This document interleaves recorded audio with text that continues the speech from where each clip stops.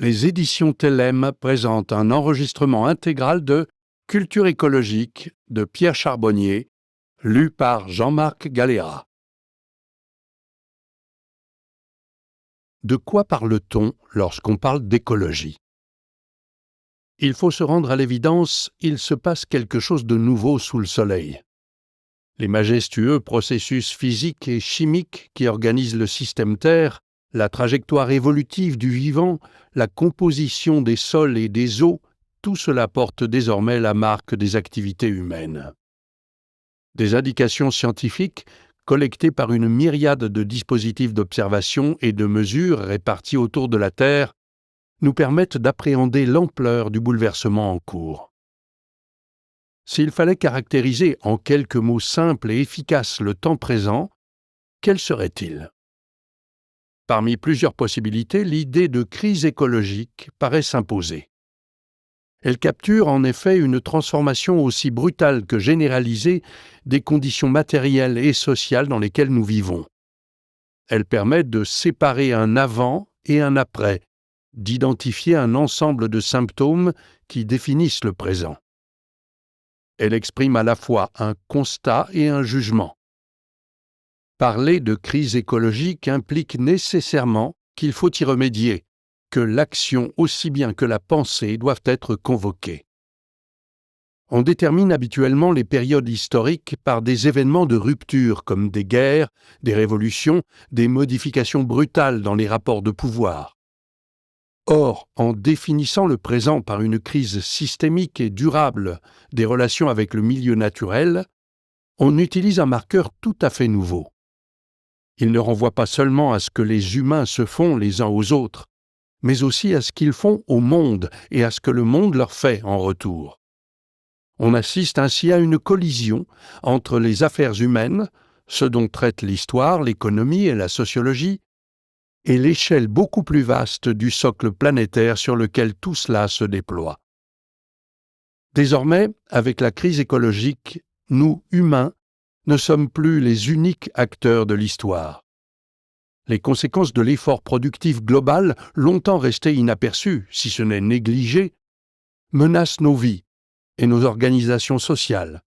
Elles nous reviennent au visage avec une force et une violence telles qu'elles nous obligent à des corrections, à une autocritique.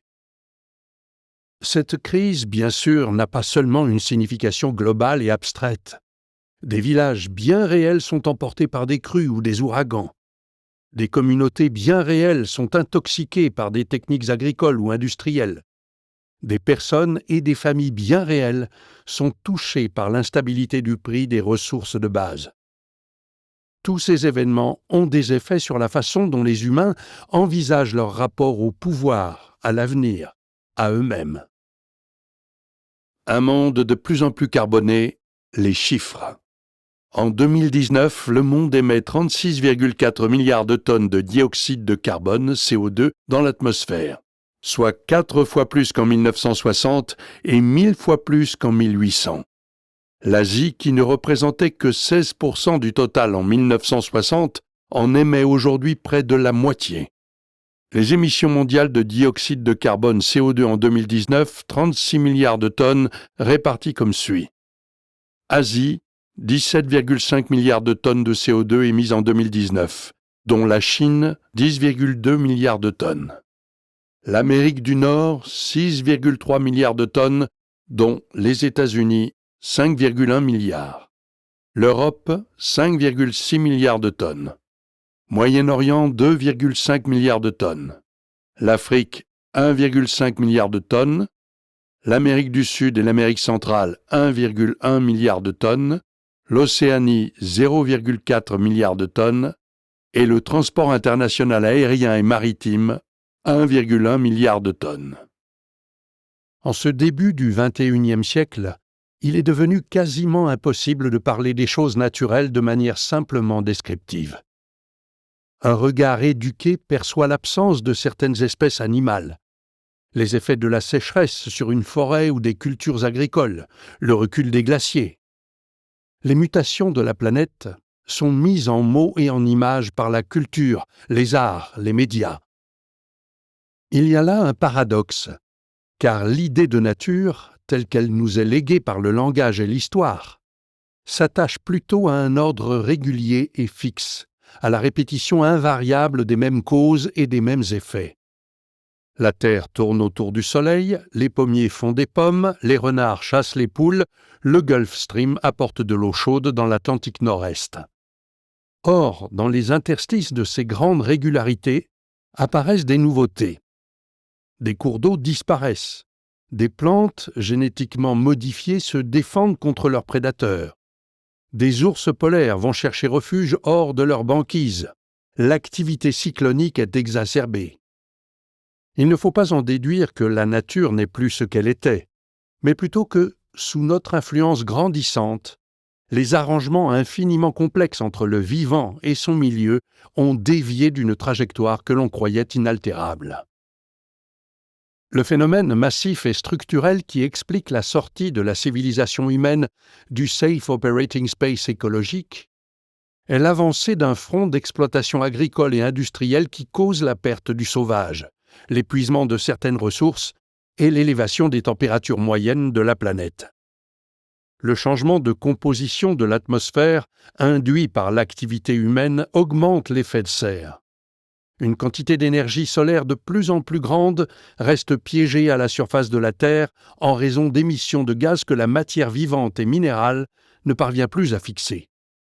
Le bouleversement des habitats prend aussi la forme de recomposition écologique, moins directement perceptible, comme la migration et le changement de comportement de certaines espèces animales, les modifications durables du couvert végétal et de la chimie des océans, le rétrécissement des calottes glaciaires. Ces transformations affectent les populations et les groupes sociaux de façon extrêmement inégale et différenciée, puisque l'exposition aux menaces varie en fonction du lieu où l'on vit, de la façon dont on se nourrit et de la qualité des infrastructures et des institutions qui nous protègent. La crise écologique joue le rôle de révélateur des interdépendances dans lesquelles nous sommes pris. Le destin d'une bonne partie de l'humanité des XXe et XXIe siècles, en particulier des plus riches, était principalement lié à ce que l'on appelle l'économie et la politique. On entend par là la capacité d'accéder, via la monnaie, à des biens marchands qui répondent à des besoins ou à des préférences. Capacité elle-même déterminée par un ensemble de règles juridiques qui façonnent l'organisation du travail et qui dépendent, en définitive, de l'exercice du pouvoir. L'articulation entre l'économie et la politique, soit pour la majorité des habitants de la planète depuis plusieurs décennies entre le capitalisme et l'État, a longtemps formé le cœur des préoccupations collectives, des luttes, des espérances, ainsi que des savoirs sociaux. L'essentiel des travaux fondateurs des sciences sociales, de Karl Marx à Max Weber en passant par Émile Durkheim, ont arpenté l'espace défini par ces deux disciplines. Progressivement, toutefois, un questionnement écologique suscité par la dégradation systémique du milieu est venu s'immiscer dans ce jeu à deux termes. Le concept d'écologie construit sur la racine grecque oikos, qui désigne l'espace domestique de la famille et de ses biens, a été forgé au milieu du XIXe siècle par le naturaliste Ernst Haeckel, dans le sillage des travaux de Charles Darwin. Cette nouvelle enquête sur les interdépendances évolutives du monde animal et végétal a rapidement débordé du cadre des sciences du vivant pour entrer dans l'arène des débats sociaux. Entre les principes qui régissent la juste distribution de la richesse et du pouvoir, s'est invitée, de plus en plus régulièrement, une réflexion sur les dépendances matérielles et territoriales, sur la distribution des risques et des responsabilités qu'ils engagent. Ces réflexions ont eu pour conséquence de déstabiliser les représentations qui régissent notre coexistence dans le cadre des sociétés industrielles et commerciales. Par exemple, si l'économie tient généralement pour acquis que le milieu est un stock de ressources rares, converties via le travail, la technique et le capital en marchandises, c'est l'idée même de ressources que l'écologie vient interroger. On ne se représente pas de la même manière les échanges et leurs valeurs Si l'on décide de suivre les aventures cycliques de la matière et de ses transformations entre les sols et les poubelles, ou si l'on décide de suivre les aventures linéaires de la marchandise entre production et consommation finale. Parallèlement, le sens commun politique tient pour acquis que nos droits et nos obligations renvoient à des lois écrites et sanctionnables. Mais les choses apparaissent sous un autre jour si l'on réinscrit ce système d'obligations dans un ensemble plus vaste de contraintes et de possibilités écologiques. Ainsi, le droit de propriété permet à une compagnie pétrolière d'exploiter un minéral souterrain. Mais l'équilibre du système Terre tel qu'on le connaît lui permet seulement une quantité limitée d'émissions de gaz à effet de serre avant que la sanction du changement climatique ne tombe.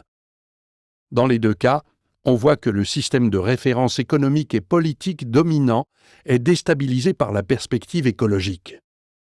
La nature même des choses et des obligations, ces éléments omniprésents dans notre vie, prend une coloration nouvelle sous l'angle écologique. En termes plus précis, on perçoit qu'un nouveau registre descriptif et normatif intervient. Sans qu'il provoque mécaniquement l'effondrement de la rationalité marchande ou juridique, il est évident qu'il en déplace les termes. D'intenses débats ont eu lieu au XIXe et au XXe siècle sur l'origine des crises économiques, comme celle de 1929, et politiques, comme celle de 1968. Parce que l'on considérait qu'une crise était révélatrice de structures sociales fondamentales. Parler désormais de crise écologique ne modifie pas seulement la perception que l'on a de nos fragilités et des incertitudes historiques, mais aussi celle du contrôle que l'on peut espérer exercer sur elles. Il semble que nous ayons dû attendre l'intensification de cette crise pour mieux voir et sentir nos interdépendances avec le milieu. Même s'il faut se méfier de l'analogie avec la raison médicale, il y a là un véritable parallèle. On doit souvent attendre qu'une maladie se déclare pour réaliser comment fonctionne tel ou tel organe et à quel point il est vital. De façon similaire, la connaissance écologique est étroitement liée au diagnostic d'une pathologie, dont nous sommes nous-mêmes bien souvent la cause. On insistera beaucoup dans ce livre sur la façon dont les préoccupations écologiques ouvrent des brèches dans les conceptions dominantes du progrès, du développement, de la richesse, et plus largement dans l'idée même que l'on se fait de la coexistence sociale. Mais il serait trop facile, et malheureusement trompeur, de concevoir l'écologie comme un ensemble unifié et entièrement cohérent de normes éthiques et pratiques. Invoquer la valeur de la nature ou la préservation des générations futures pour contester certaines formes économiques ou politiques ne va pas sans ambiguïté ni même sans contradiction interne. Prenons quelques exemples. L'un des secteurs économiques les plus polluants est celui des transports, du transport aérien en particulier. On envisage donc des initiatives pour limiter son développement, voire le restreindre de manière drastique avec notamment un système de quotas. On peut objecter, en adoptant une perspective juridique, qu'il ne saurait y avoir d'entrave absolue à la liberté de mouvement. Et, dans une perspective sociale, que de nombreuses personnes, pas toujours les plus favorisées et liées à des diasporas internationales, ont le droit de refuser de se trouver bloquées dans une seule partie du monde. La norme abstraite de la réduction des émissions liées au transport aérien se heurte à un réseau de droits et de pratiques préexistantes, difficiles à révoquer immédiatement. On doit donc arbitrer entre différentes contraintes et pratiques, en partie hétérogènes et divergentes, avec en vue la préservation des libertés fondamentales sous la contrainte écologique. Un autre cas de figure est encore plus frappant. Vu d'assez loin, il existe une corrélation importante entre la croissance démographique et le poids écologique des activités humaines. De ce constat, on pourrait déduire qu'il faut réduire impérativement la population humaine par des moyens que l'on nomme généralement malthusiens, soit un contrôle actif de la reproduction pour éviter une surpopulation et une surconsommation agressive. Outre que de telles mesures seraient extrêmement autoritaires et probablement arbitraires, Comment choisit-on qui peut avoir des enfants et qui ne le peut pas? Elle repose sur l'oubli d'un phénomène tout aussi massif. Tous les humains n'ont pas la même empreinte écologique. Et ceux qui ont la plus forte empreinte ne résident pas nécessairement dans les régions du monde où la population est dynamique. Ils appartiennent plutôt à des pays riches, démographiquement atones. On risque donc de confondre la masse brute de la population humaine avec ses schémas économiques et matériels et de faire porter le blâme à des nations à forte natalité, mais privées d'accès aux biens économiques essentiels. Encore une fois, l'idée de gouverner selon des principes naturels semble très complexe et peu compatible avec d'élémentaires considérations de justice. Voici un dernier exemple classique.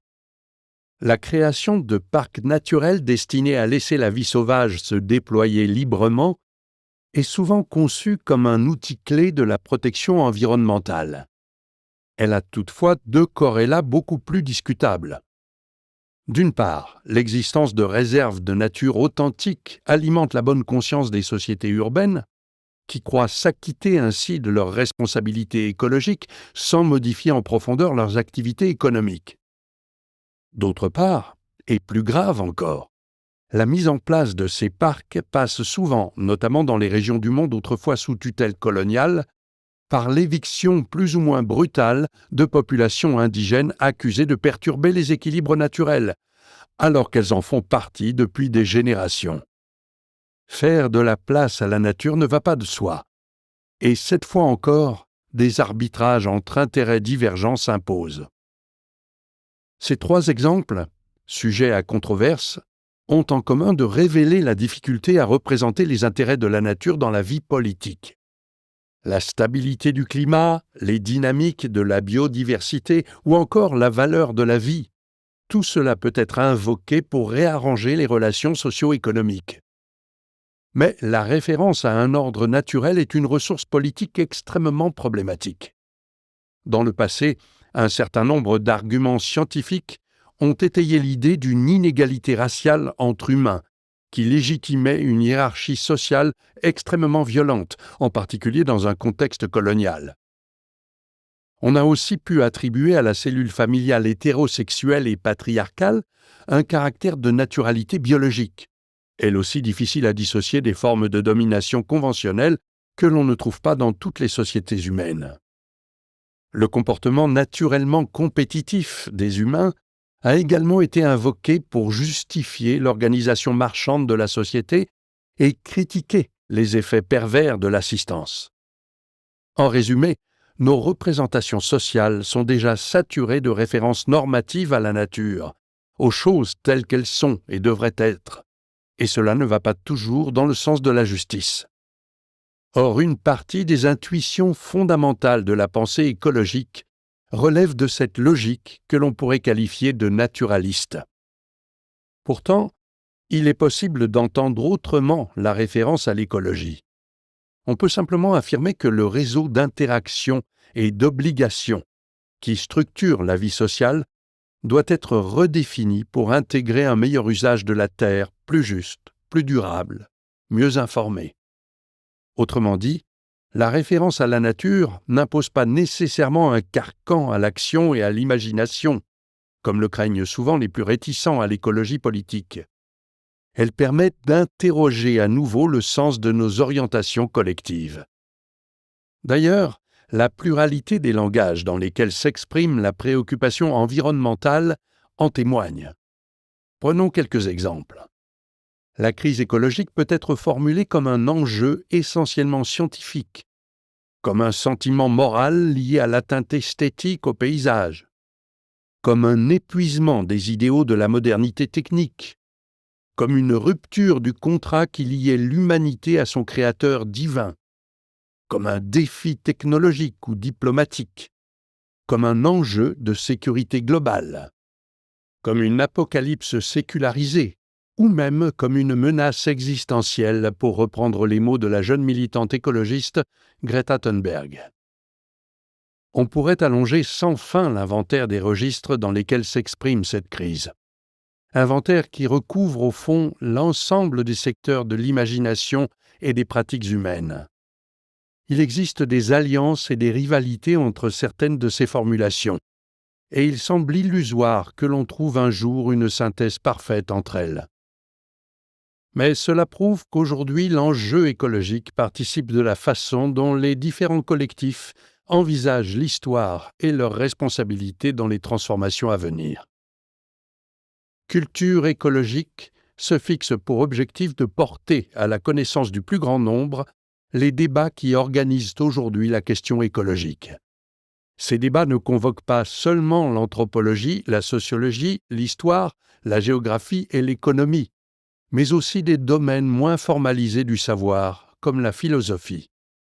Leur contenu pourrait être figuré par un triangle dont les 3 pointes seraient les savoirs, le politique et la nature.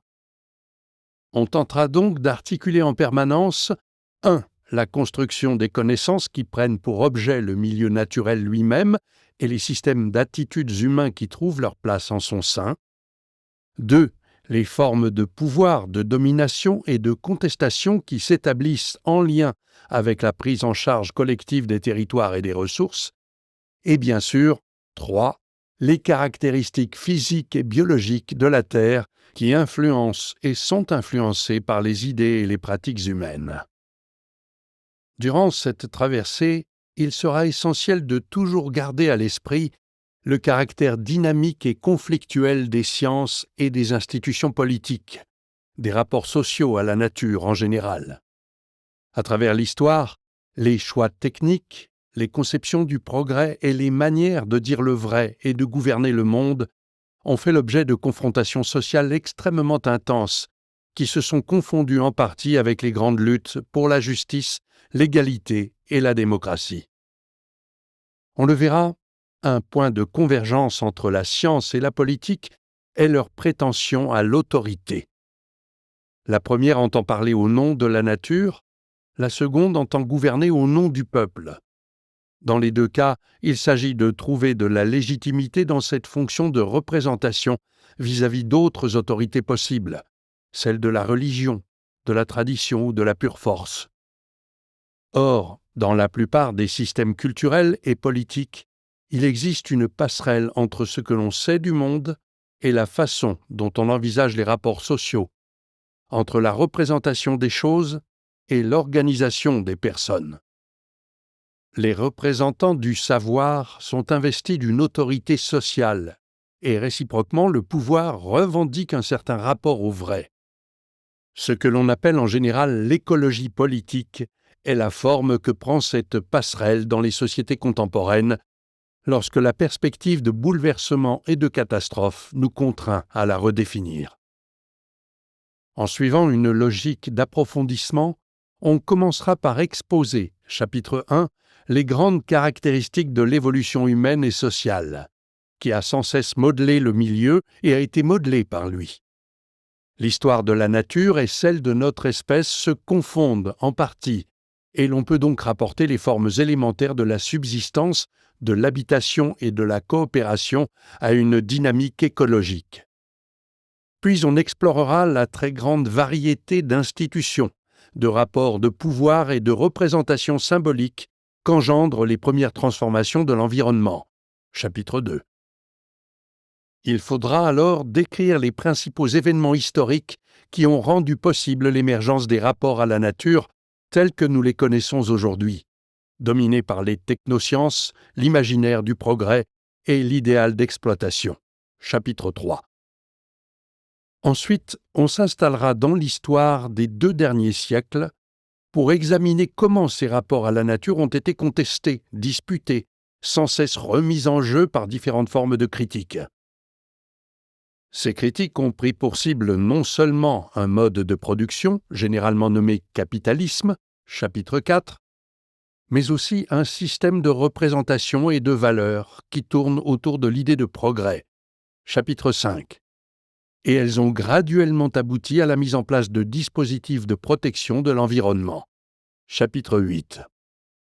On essaiera de montrer qu'avant même l'émergence de mouvements explicitement considérés comme écologistes ou environnementalistes, la structure fondamentale de la modernité économique et sociale a été prise dans un jeu dialectique de consolidation et de remise en cause, dans lequel la question de la nature a joué un rôle central. Enfin, il faudra se confronter plus directement aux impératifs politiques du présent et se demander comment la perspective d'un bouleversement planétaire majeur travaille déjà l'actualité. On étudiera donc l'élaboration d'un nouveau mode de développement, plus conforme aux limites planétaires que ne l'étaient ceux qui ont prévalu jusqu'à présent, chapitre 7, et les demandes sociales de justice, de reconnaissance, de réalisation individuelle et collective qui le soutiennent, chapitre 8. Une brève conclusion tentera de souligner la signification générale de l'idée de culture écologique portée par ce livre. À lire, à voir, à écouter. Les premières lignes de cette introduction sont un clin d'œil à l'ouvrage classique de l'historien américain John McNeill, Du nouveau sous le soleil, une histoire de l'environnement mondial au XXe siècle. Césérieux, Champvallon, 2010. Par deux historiens français, une synthèse sur les liens entre la modernisation techno-scientifique et les contestations sociales. Christophe Bonneuil et Jean-Baptiste Fressoz, L'événement anthropocène, Paris, Seuil, 2013. Un aperçu des soubassements culturels de la crise climatique en référence au projet impérial occidental par l'écrivain indien Amitav Ghosh. Le grand dérangement, Marseille, Wild Project, 2021. L'auteur de science-fiction Kim Stanley Robinson, qui a écrit une trilogie sur la terraformation de Mars, poursuit son exploration des possibilités futures dans un monde soumis au réchauffement climatique dans The Ministry of the Future. Londres, Orbit Books, 2020. Un outil didactique incontournable pour appréhender en quelques coups d'œil les caractéristiques principales de la crise écologique et des mesures prises pour y répondre. François Gémen, Alexander Rankovic et Atelier de cartographie de Sciences Po, Atlas de l'Anthropocène, Paris, Presse de Sciences Po, 2021, deuxième édition. L'historien Joachim Radkau propose, dans un livre quelque peu difficile d'accès, mais impressionnant par l'amplitude de son ambition, une histoire totale de l'environnementalisme. The Age of Ecology. Cambridge, Polity Books, 2014. Paru en 1993, un livre de référence et une lecture passionnante sur le métabolisme urbain de la ville de Chicago à travers l'histoire. William Cronon, Chicago, métropole de la nature, Bruxelles, Zone sensible, 2021. Une synthèse utile des pensées philosophiques sur la nature et de la façon dont elles répondent à la question écologique. Catherine et Raphaël Larère, Du bon usage de la nature. Paris, Flammarion, 1997. Par Jedediah Purdy, l'une des meilleures introductions théoriques et critiques à la question environnementale. After Nature, A Politics for the Anthropocene. Cambridge, Mass., Harvard University Press, 2015. Un essai biographique sur Alexander von Humboldt, l'un des pionniers de la pensée écologique, qui joua un rôle central dans la nouvelle compréhension du monde au XIXe siècle. Andrea Wolf, L'invention de la nature, les aventures d'Alexander von Humboldt.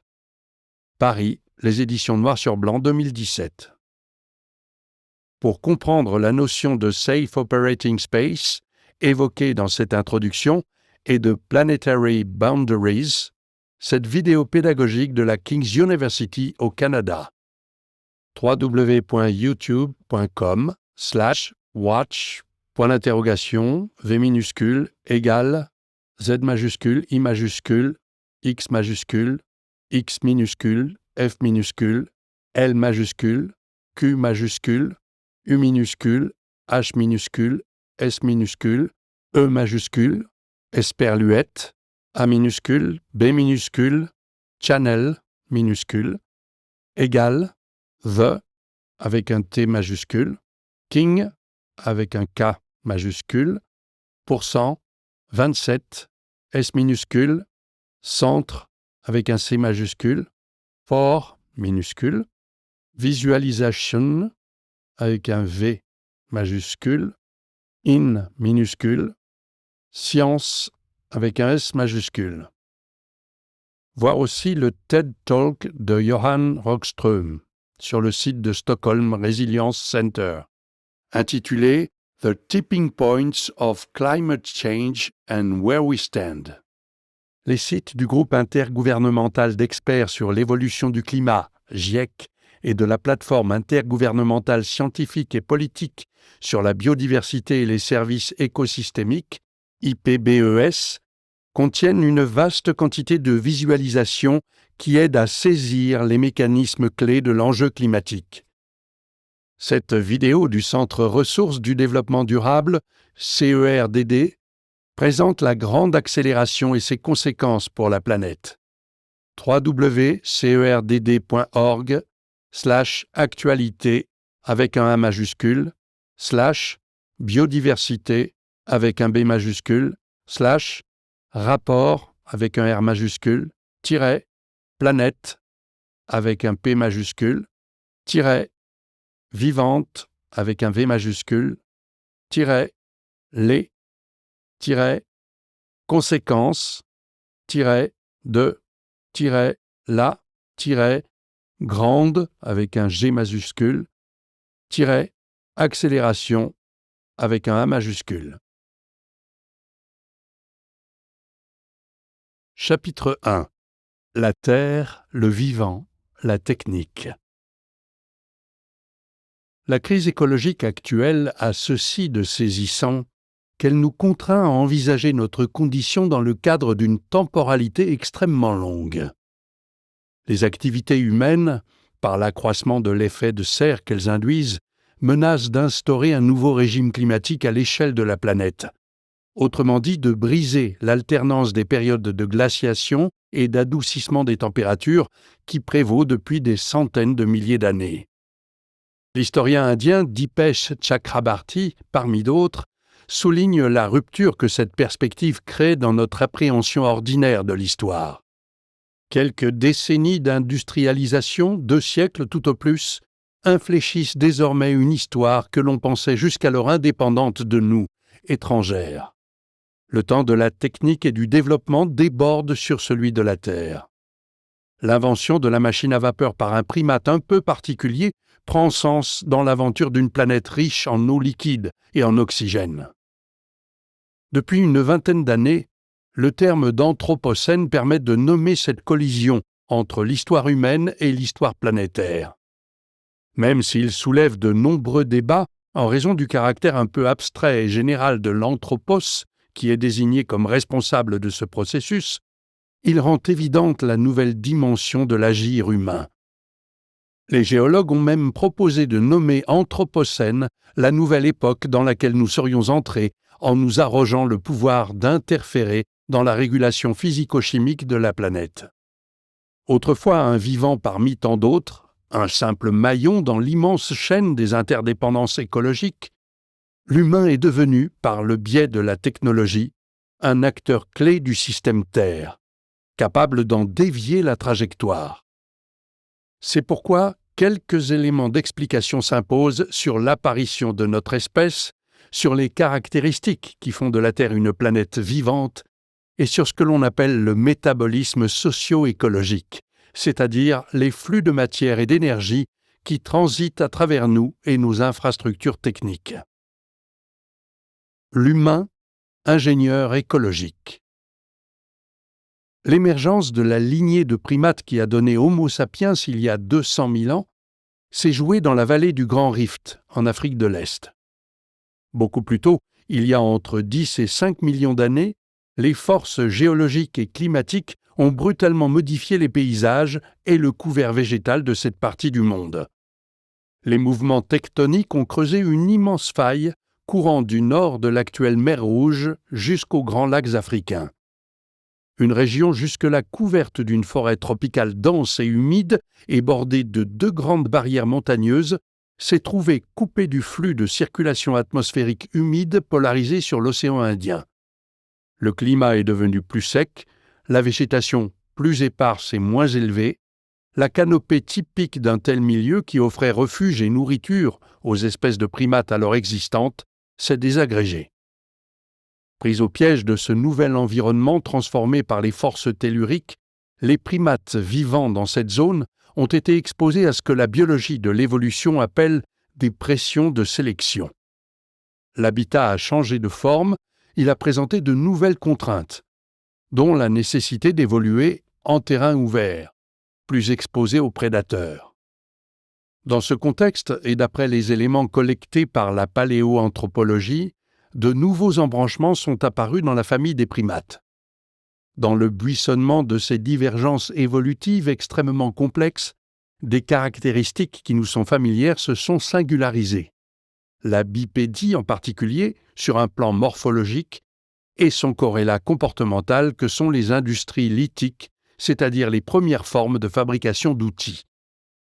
De nombreuses hypothèses concurrencent aujourd'hui le récit typique du singe descendu de l'arbre, notamment parce que la bipédie serait survenue, semble-t-il, chez des espèces encore principalement arboricoles. Il n'en reste pas moins que l'occupation permanente des prairies et forêts éparses de la vallée du Grand Rift fut le fait d'un primate marchant debout, bon coureur, dont les membres antérieurs libérés des fonctions de locomotion se sont adaptés à la manipulation d'objets techniques tels que des projectiles. Homo erectus, l'homme debout, apparaît il y a environ 2 millions d'années. Il est le premier à sortir du continent africain pour explorer d'autres milieux, sans doute en raison de la souplesse adaptative que lui confèrent ses compétences techniques, même embryonnaires. La domestication du feu se produit à ce moment-là. Elle permet de profiter des gains énergétiques de la cuisson des aliments et entraîne l'apparition des techniques de brûlis, qui favorisent en retour l'expansion de paysages de prairies. Progressivement, les hominidés changent de place dans les chaînes alimentaires, ils élaborent des techniques de chasse collective qui leur procurent une plus grande sécurité, ils deviennent des acteurs écologiques moins opportunistes et plus actifs. Leur morphologie évolue avec leur nouveau régime alimentaire. Leur mâchoire s'affine à mesure que l'effort de mastication décroît grâce à la cuisson des aliments et aux techniques permettant de piler les graines et les noix. Surtout, se profile à cette période, parmi les primates hominidés, une caractéristique fondamentale de notre espèce: le retard développemental des petits. L'étude des ossements met en évidence l'allongement progressif de l'enfance, c'est-à-dire de la période d'immaturité physique et sexuelle durant laquelle les individus effectuent les apprentissages culturels. Alors que chez la plupart des autres mammifères, les jeunes atteignent rapidement la maturité morphologique et comportementale, les petits hominidés prennent leur temps et profitent de cette longue phase de fragilité, de vulnérabilité, pour accumuler, sous la protection de leurs congénères, des connaissances et des savoir-faire socialement transmis. L'évolution du schéma corporel, des fonctions cognitives, des pratiques de subsistance collective et des compétences techniques sont prises dans des interactions complexes où chaque dimension influence les autres. Ce point est essentiel à intégrer, car il permet de se prémunir contre des erreurs commises en raison de notre dualisme, qui nous conduit trop souvent à opposer ce que l'on doit à la nature et ce que l'on doit à la culture, ou comme on le dit parfois, l'inné et l'acquis. Certaines visions caricaturales de la réalité humaine tendent en effet à concevoir l'ensemble des pratiques socio-historiques comme le résultat d'un conditionnement évolutif encodé dans notre génome et dans nos schémas comportementaux, quand d'autres attribuent à l'univers des symbolisations culturelles une autonomie radicale vis-à-vis de notre histoire naturelle. Ces deux erreurs symétriques sont en définitive assez voisines. Dans les deux cas est justement perdue la dimension profondément écologique de l'humain, c'est-à-dire la recomposition permanente de nos modes de vie à l'épreuve des conditions extérieures, et en retour, la modification de ces conditions. La biologie utilise la notion de construction de niche pour décrire ce processus rétroactif, au cours duquel les espèces vivantes façonnent leur environnement à travers la prédation et d'autres pratiques d'intervention directe dans le milieu, comme la construction de l'habitat. Le vivant n'est pas un simple sous-produit des pressions de sélection environnementale, par le seul jeu de l'adaptation passive. Il est un acteur à part entière de la dynamique éco-évolutive. Or, de ce point de vue, le développement des industries lithiques puis des technologies humaines de subsistance, de portage, de construction et de communication s'est déroulé sur une période de temps suffisamment longue pour que cela puisse avoir un effet sur la constitution biologique de l'espèce. Lorsque les auteurs du XIXe siècle, Karl Marx en particulier, affirmaient que l'humain est son propre créateur dans la mesure où il modifie les conditions matérielles de son existence, ils n'imaginaient pas à quel point ils avaient raison, à ceci près qu'il ne s'agit pas d'une création. La technique est une dimension intrinsèque de la réalité humaine. En d'autres termes, Homo sapiens ne connaît pas d'autre relation au monde que celle informée par la médiation d'outils, relation dont la morphologie de nos mains est la manifestation la plus éclatante. Les outils ne sont pas la compensation d'un défaut de constitution originaire de l'espèce humaine, comme le raconte le mythe grec de Prométhée, mais un prolongement de notre schéma corporel et comportemental qui ne cesse de nous transformer en retour.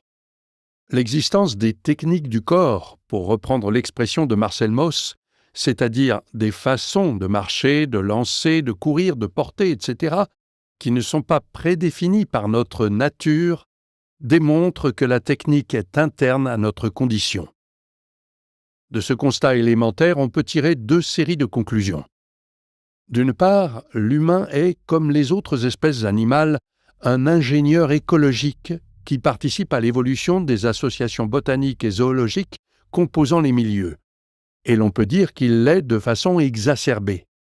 Entre les bifaces d'Olduvai et le barrage des Trois Gorges en Chine, on relève la continuité d'un lignage technique qui a autorisé des interventions écologiques d'ampleur difficilement comparable avec celles d'autres espèces. D'autre part, il existe une affinité entre la maîtrise de l'outil et le comportement symbolique en général, puisque la technique et le langage sont deux expressions différentes d'une même tendance de notre espèce à mettre au point des dispositifs de médiation entre les individus, lesquels dispositifs font émerger de nouvelles formes de coexistence. C'est un point sur lequel nous aurons l'occasion de revenir. L'insertion humaine dans des interdépendances écologiques ne concerne pas seulement ses pratiques de subsistance, sa façon de gérer l'accès aux ressources, mais aussi et tout autant son comportement symbolique et social. Les humains forgent des représentations symboliques du monde qui les entoure, des animaux, des étoiles dans le ciel, de la régularité des pluies, et ils utilisent ces représentations pour imaginer les règles sociales auxquelles ils doivent se soumettre. L'archéologie est parvenue à identifier les grandes étapes de l'évolution biologique et culturelle de notre espèce jusqu'il y a environ 50 000 ans, période à partir de laquelle on considère en général que l'être humain est morphologiquement, éthologiquement et génétiquement le même que celui qui est en train d'écrire ces lignes sur son ordinateur. Cela ne signifie pas que l'histoire naturelle de l'humanité s'arrête là, mais 1. Que nous sommes les héritiers d'une trajectoire évolutive qui se situe dans le temps long des mutations géologiques et écologiques de la planète, et 2. Que notre espèce a acquis la capacité à réaménager à grande échelle ses milieux de vie à travers ses formes sociales et techniques d'existence. Le système Terre. Lorsque l'on brosse à grands traits les étapes et les caractéristiques du processus d'hominisation, on se situe à un point de bifurcation dans l'histoire de la planète et du vivant. En effet, le développement de l'humain peut être ramené en amont à de grands mécanismes planétaires qui régissent celui de la vie en général, et en aval aux conséquences, elles aussi planétaires et systémiques, de son activité. Altération de la couche d'ozone, changement climatique, déplacement massif d'espèces végétales et animales de part et d'autre du globe, etc. On l'a déjà dit, le constat d'une crise écologique doit être une incitation à envisager notre histoire du point de vue des liens qui nous unissent à la Terre, d'abord sur un plan strictement descriptif. Il faut donc donner quelques éléments à propos de cette planète vivante sur et avec laquelle nous vivons. Pour cela, un bref détour par l'histoire des sciences s'impose. Jusqu'à une période récente, le XIXe siècle, l'histoire de la Terre était conçue à travers des récits essentiellement théologiques. Les savants du monde chrétien s'appuyaient sur la généalogie retracée dans la Bible qui relie Adam et Ève aux premiers rois historiques pour en déduire l'âge de la planète en décomptant les générations mythiques et réelles. Cet âge se chiffrait en quelques milliers d'années seulement. Le lien entre les humains et la Terre était considéré comme obéissant à un principe anthropocentrique. Le monde a été créé pour nous, par un Dieu similaire à nous, et l'ordre et l'harmonie qu'il manifeste sont le produit d'une intention organisatrice bienveillante. À mesure que l'autorité des écrits religieux a perdu du terrain et que se sont instituées des démarches d'observation méthodique, ce paradigme providentialiste a laissé place à une autre interprétation, avancée notamment par les géologues Charles Lyell et James Hutton au XIXe siècle. L'étude de l'érosion des roches, par exemple, laissa penser à ces auteurs que la formation des montagnes, des cours d'eau, c'est-à-dire du modelé des paysages que nous avons aujourd'hui sous les yeux, était le produit de processus beaucoup plus longs, et que la Terre ne pouvait pas avoir l'aspect qu'on lui connaissait si elle était aussi jeune qu'on le croyait jusqu'alors. À la même époque, le naturaliste et paléontologue Charles Darwin a contribué à ce changement d'échelle temporelle en montrant que la formation des espèces vivantes obéissait à des mécanismes de mutation et de sélection eux aussi très lents. En quelques décennies, on est passé d'une conception selon laquelle le temps de la Terre était bref et orienté vers les finalités de l'existence humaine, à des savoirs de temps long se comptant en millions, voire en milliards d'années. Surtout, et cela a constitué un choc civilisationnel pour le monde chrétien, les mécanismes géologiques et biologiques ne sont plus apparus comme étant liés à des attentes proprement humaines. La Terre est désormais vue comme le produit d'une série de causes et de conséquences livrées à la contingence, et non comme un ensemble de signes et d'intentions qui lui sont destinés. À cause de cette révolution scientifique, les sociétés industrielles occidentales ont progressivement cessé de se considérer comme garantes de l'ordre cosmologique. Celui-ci, majestueux et lent, est désormais considéré comme hors de portée pour l'action. L'affinité profonde qui existait jusqu'alors dans les systèmes de pensée à dominante religieuse, entre l'ordre du monde et l'ordre des actions humaines, a fini par se fissurer.